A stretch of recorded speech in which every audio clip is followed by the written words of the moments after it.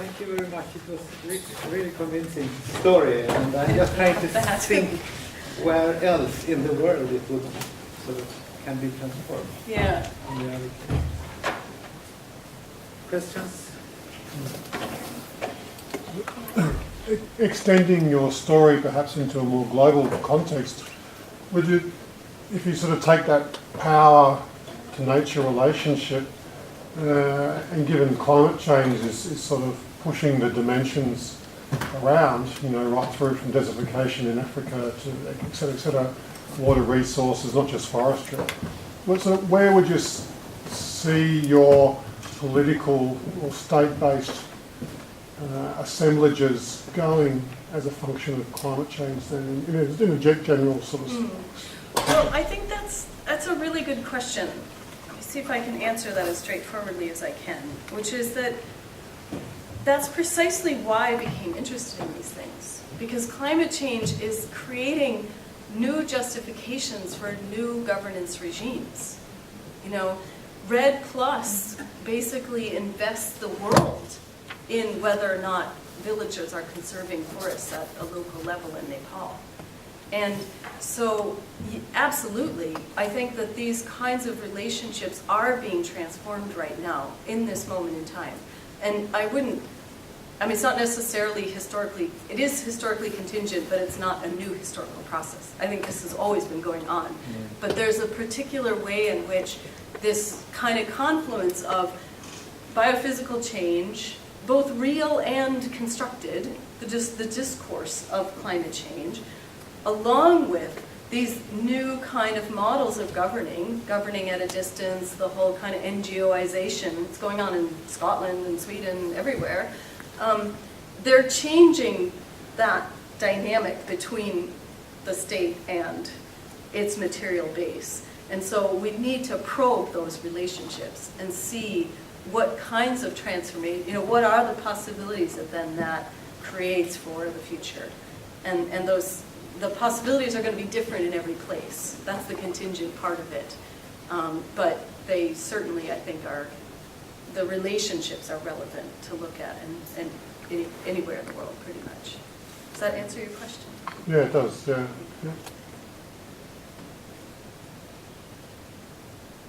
I guess I'll just maybe go to water here for a second, because water fascinates me, even though I don't do research on it. The particular qualities of water are really important for the governance arrangements that emerge. Absolutely. Because it's like slippery, it runs away unless you put it in a container or it's in a spring or a river or something like that. And it's totally different from forest resources. The poor guys in Nepal that cut their village or their forest down, men and women, they couldn't have done that with a water resource. It would have been really hard for them to try to block that off if that was what was at stake. And if that war was taking place in a desert landscape, it probably would have been the water source that was the place where the clash was taking place rather than the forest. So that sort of raises the issue then about sort of foreign ownership of some of these resources. I don't know what it's like in Nepal, but in many other countries, there's strong investment into primary production areas, water, forest, agriculture. And it raises these kinds of authority questions, because that's the thing that I've been interested in as I've looked, peripherally, not directly, at some of these so-called land grabbing debates, is that, who's authorized these national level state bureaucrats or politicians to sell off this land? And that's, again, changing the balance of authority amongst different actors within the states where this is going on. Who is, and again, following Loon's argument, that's that moment of recognition. I've got the right to sell Qatar 10 million acres of land, and then Qatar and everyone else in the world, and maybe local people, acknowledging that authority. And I think a lot of the kind of conflicts and struggles that many political ecologists have illustrated come from precisely a contestation of that moment of recognition. People that were on that land saying, I don't accept this. You didn't have the authority to sell my land. And that, now we're seeing quite a lot of violence emerging in Eastern Africa, and I haven't I don't know enough about it to know how connected they are, but they're certainly not going to be disconnected completely. I'm thinking about Yeah. about your case, Karina. I was thinking, where could I find sort of other cases that fits very well in? And I think about the transnational peace parks. What do you think? Yes, I think so too. I was thinking about the differences between your case, Andrea, and my case, and I was thinking, what is it that made the Nepalese case successful in the sense that people were able to sort of redefine and reclaim territory, and now I'm talking about locals and the different groups at a local level. Was in my case, it's rather been that the state has used this international discourses or global discourses to its benefit. So I was thinking, in the Nepalese case, how has the state benefited from these global discourses? In what sense has the state been able to redefine itself when it comes to global discourses? That would be my first question. And my second question is regarding your term of socio-environmental state. Is it that the state has always relied on nature to define itself? So why would we need just the term socio-environmental state? Yeah. Let me start with the ending one. I suppose in some respects, it's maybe partly my own intellectual reaction to colleagues who in geography and social sciences who don't know anything about natural sciences and about ecology. And they don't really think about, they talk about the agency of nature without knowing nature. Like, it's just like kind of words, forests or rhizomes or whatever they might call them, and they don't actually understand anything about their biophysical dynamics. And I think it kind of goes back to an argument that I was trying to make in my PhD thesis about, because somebody said to me, oh, but technology can just overcome any limits to resources. And I was like, no, that's not true.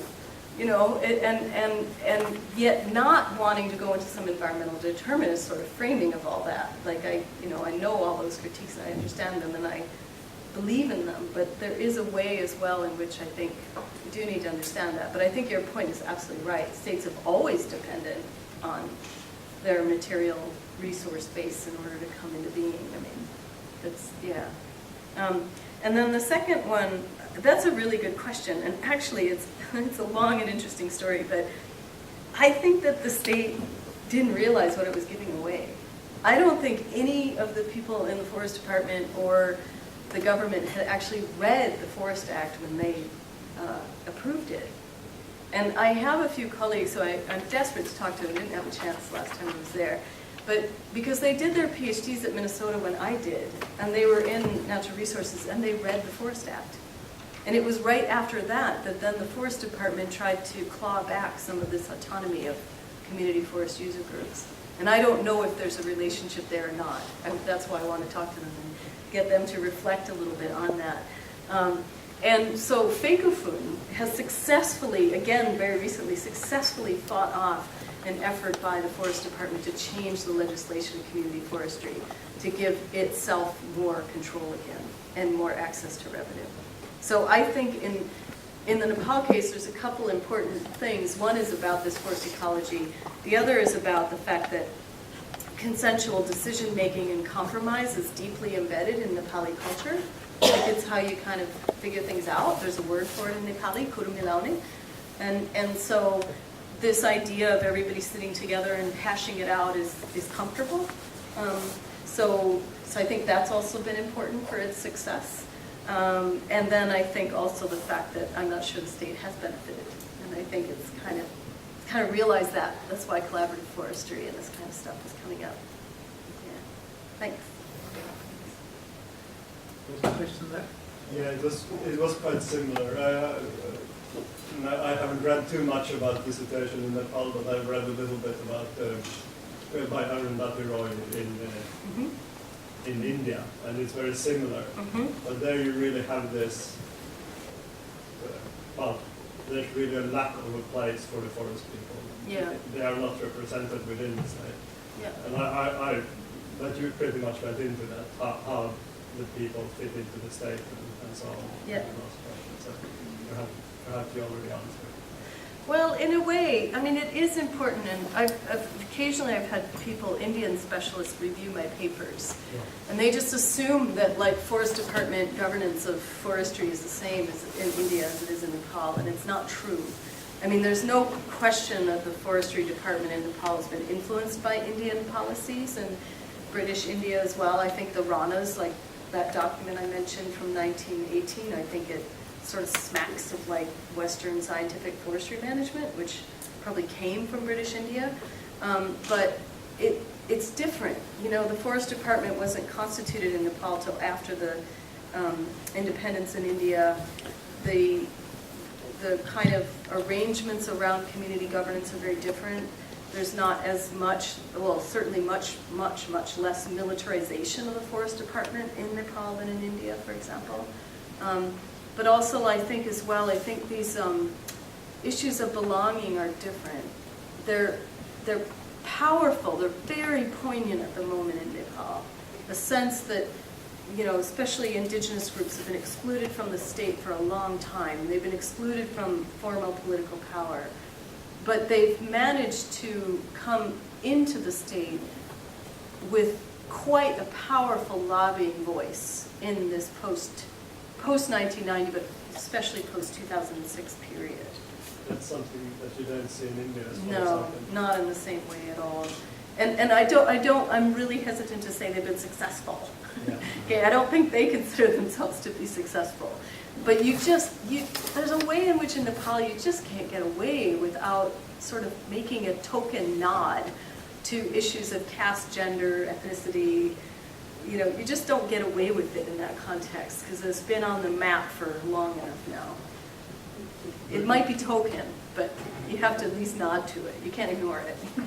I mean, the population size of the forest people compared to the valley people, or you call them, you have a name for them. Well, that's actually the people in the Terai. The Terai, the Madeshis versus the Pahadis. Pahadi means hill people. Yeah. I mean, the percentage-wise. Okay. Well, you see, the vast majority of Nepal's population, and I'm not going to put a figure on it because I'll get it wrong, lived in the hills until the 1960s. Okay. And then they used DDT to largely eradicate malaria from the Terai. So Terai was like swamps and lowland. And then massive migration of hill people into the Terai since the 60s. And that's partly why you've got all these contestations over belonging and territory that are much more complicated than they are in the hills. The settlements in the hills have a longer history to them. And maybe multicultural, multi-ethnic in places, but have sort of lived that way for a while.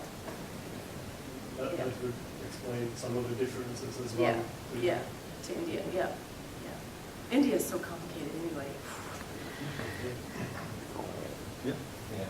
I'm not so sure on how far my question fits into the topic, but I thought that one of the most important ongoings in this weekend are the Chinese water supply and energy projects, which very much affect the natural water resources and also affects other neighboring countries like Nepal or India and so on too. And I must say also it has political consequences for the whole region. Did you investigate on this, or can you say similarities? Well, you know, I tried to go up and look at the Malemshi water project last year. And this is a drinking water project for Kathmandu Valley, and it's going to divert water. They're taking after the Swiss, and they're building a tunnel through the mountains to pipe water into the Kathmandu Valley, where water shortages are endemic. But you know, nothing was happening. Like the Chinese contractor had just been fired and/or had just quit. Nobody was really sure, and nobody was really sure of the circumstances. It's been a project in the works for years. I guess what I would say in terms of my main argument here is there's no question that, for example, at the moment, the Congressees who've just been elected into power are rapidly trying to get Malemshi done as an evidence of the state functioning. Okay, so this connection between provision of services and the state existing and functioning and doing what it's supposed to do, as opposed to the current narrative of state bureaucrats are just there for themselves and to take whatever they can, is totally tied into some of these environmental governance projects, and especially around the provision of drinking water and roads as well. And the Chinese investment, you know, it's really silent. Even the media is kind of silent on it. And a colleague and I were talking about this recently, and why is that? Like, what's going on? And we don't really know. But it's hard to get any information about it. Sounds like a good strategy. Yeah, and it's very, I mean, you're right, it's terribly important at the moment. And I think this political transitional period is kind of scary that way, because there's just so much, like, vacuum of power at so many different levels that things are able to progress really fast that maybe wouldn't progress quite so quickly under other circumstances. I don't know, maybe they would progress more quickly if there was a stable government. Because they could just say, this is our project, great, look, we got all this money from the Chinese and go. I don't know. One more question, Karina. Yeah, I was thinking of the service providers, who identifies them. I don't know if you think or not, but you talk about NGOization of governance and, as a way of governing, other actors governing territories. Yeah. So are NGOs governing territories as opposed to the state, or are they being used as an extension of the state, much in the way churches or religious groups have been used by many states to identify, categorize, and control territories? You know, I think that that's a really interesting question, and it's probably going to undermine my entire argument, my answer. But, because I think this is part of what's interesting right now. If we're interested in the emergence of state-like authority in Nepal, which would be the kind of anthropological project, then they're an extension of the state. If we see NGOs as state effects, then they're outside the state, because they hold themselves as distinct from the state, as civil society. There's almost a yeah. I mean, precisely, but it's almost. I hadn't really thought about that. It's kind of interesting the way in which civil society in Nepal has managed to sort of create this civil effect, if you will, in sort of somehow holding itself separate as a sphere, separate from the state, when nothing could be further from the truth. The civil society sector would totally collapse without donor investment in particular, and mostly coming through state channels, but not always, towards these service providers. There would be no reason for them. But to kind of go back and answer your first question, who are they? Mostly the service providers are local NGOs. They have to be constituted as an NGO under Nepali law, and then they can bid for contracts to deliver services for any range of projects, but almost always connected to some form of development, resource, governance frame. Not always. It could be for health. But generally, like, health and education go through schools and hospitals and health posts. Not as much sort of dispersion as you might find around like a drinking water project or an irrigation project or something connected to forestry. And FECOFUN is probably the most powerful civil society lobbying organization in Nepal, not just in the forest sector, but in Nepal. And they are in this funny place where they sort of sit in opposition to the state, and then they collaborate with the state all the time, and the donors. And so they are one of the biggest service providers in the forestry sector, big hand in all this climate change stuff. A lot of their leaders are being flown all over the world to conferences and workshops and the COP, etc., in these climate change arenas. And they're a funny organization. Very competent, very dedicated, many of them, and also, play in the scene, and really good at playing the scene. I was watching the slide where it says that struggles over resources and imaginaries of what the state is and what it ought to be. So I was thinking about if you've sort of conceptualized what this,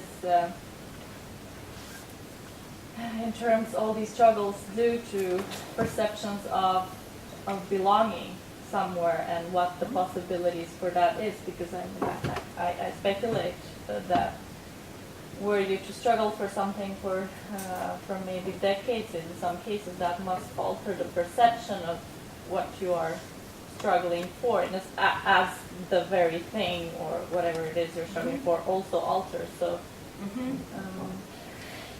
well, yeah, absolutely. I mean, I think the written version of the paper is probably like significantly clearer conceptually than the version I gave you today, unfortunately. But that's really important to this whole puzzle, because certainly, for example, in Nepal, I can mainly give you a success type story, where one way in which people will struggle for example, there's a community forestry user group that sits on a district boundary. The boundaries of the district have changed, and so which district forest office should be governing that forest is unclear. It's been very hard for the community to take it as a community forest user group because the community crosses the district boundary. It's then compounded by the fact that this federalism debate means these district boundaries might change again. So nobody's really keen on trying to resolve that before the federalism debate settles down. But so what villagers have been doing in order to prove that they ought to have community forest is to conserve that forest as much as they can. So one of the things that they do is they show how much better the forest is now, that they've been informally governing it as a way to claim the right to that land. And I think that's, I can sense that part of your question maybe would be the other alternative, where the forest gets cut down and you've been struggling for it, and now the thing you're struggling over no longer is there. Yes, and in a sense, I mean, maybe thinking about, like, for sure there are boundaries that are defined by municipalities, but there are also boundaries defined by people who are users of the forest. So I mean, where these overlap and like, and how are they that's entwined with each other? Yeah, and that is precisely what this problem is in this one area.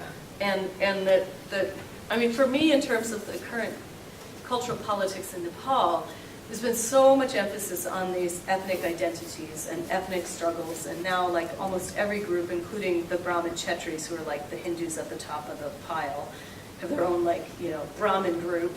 It just seems like sort of a joke.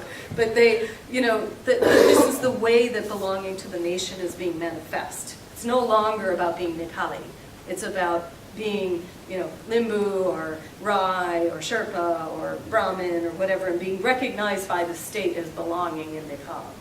And what's been interesting to me, actually, is within this whole federalism debate, nobody has recognized that the current districts are a key, like, moment of recognition for people. When people are traveling in other parts of Nepal, they won't say what village they're from, they'll say what district they're from. And so now you're going to take these districts away and call them something new? Like, what is that going to do to people's sense of where they belong? And this is one of the things that community forest I mentioned, this is one of the problems. And so the people trying to govern this forest across the boundaries are divided by the district identity. They're not divided by an ethnic identity or whatever village identity, it's by the district identity. And so it's also in that sense that these political subjectivities are deeply embedded in formal state apparatus. You know, that sort of municipal boundary matters. You know, which forest office in which district is supposed to control that land, and the cartography of that becomes political, or is political, and becomes bound up in those subjectivities. Yeah, I know what you're trying to get at. I don't have an example to speak through it. Answer my question. Yeah. there's a question in how far are the NGOs and the government in opposite positions? So do they have some major conflict? Well, that's the iron triangle, you know, where people are starting to argue that their interests are coming together. So, you know, when you get FACOFUN members collaborating with community forest presidents and the district forest officer over a big illegal saw cut in the Terai, you know, saw timber cut, you know, you're seeing that collaboration, and we're finding, I mean, this is precisely one of the things that I've been trying to get access to. My network is on climate change and political change, and people were very confused about why I knew so much about politics. Like, that was the question I kept getting asked. They said, gosh, you really know a lot about politics. And I was like, well, yeah, because these climate adaptation programs are supposed to be implemented into this political landscape. And who's going to actually do anything with this money, or where is it going to end up, and is it actually going to manifest in something that looks like adaptation or not, is all about these political relationships. And when I just explained it that way, people kind of understood what I meant. But that is what I'm seeing. So you're an NGO, you're constituted to implement a climate adaptation program, but like 99% for sure that NGO is affiliated with a political party, who is then affiliated with whatever local political party leader is there. The NGO probably got that contract because that NGO political leader won in the election. You know, you now have almost no separation between the state and these so-called NGOs. Yeah. So most of the NGOs so there's no such thing like independent NGOs? Well, no, very few now, but again, like, I hadn't really thought about this. This is good. I'm going to have to probe this more. This, going back to your question about NGOs, is that there is a way in which the civil society NGOs have managed to achieve this NGO effect, whereby they continue to be seen separate from the state. So in light of all of these collaborations and collusions going on, they're still able to somehow hold a discursive space, a political space, as being somehow separate from the state and putting pressure on the state, when at the moment I'm not so sure that's what we're seeing. I don't, you know, I think the reality of it is that the two are, you know, deep in each other's pockets. Any more questions? No?